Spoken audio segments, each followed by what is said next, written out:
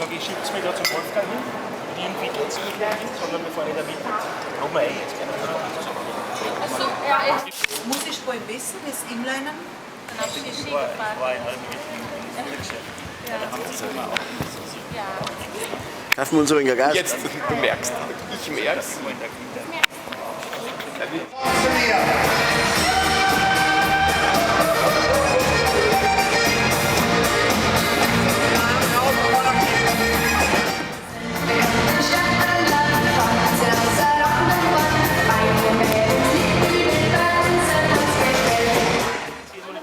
Doch, alle. Ja?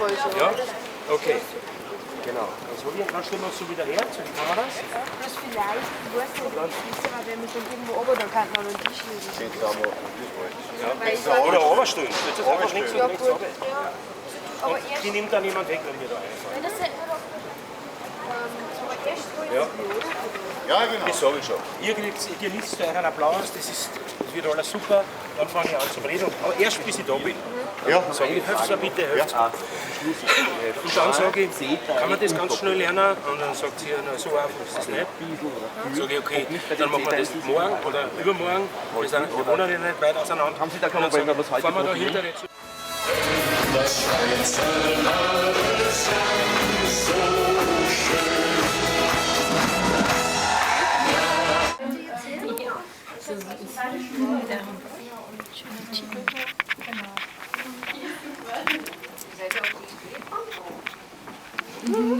Oh, lecker, lecker sind die Wetter. Und das für einen Auftritt, das müssen wir der Bildzeitung bringen.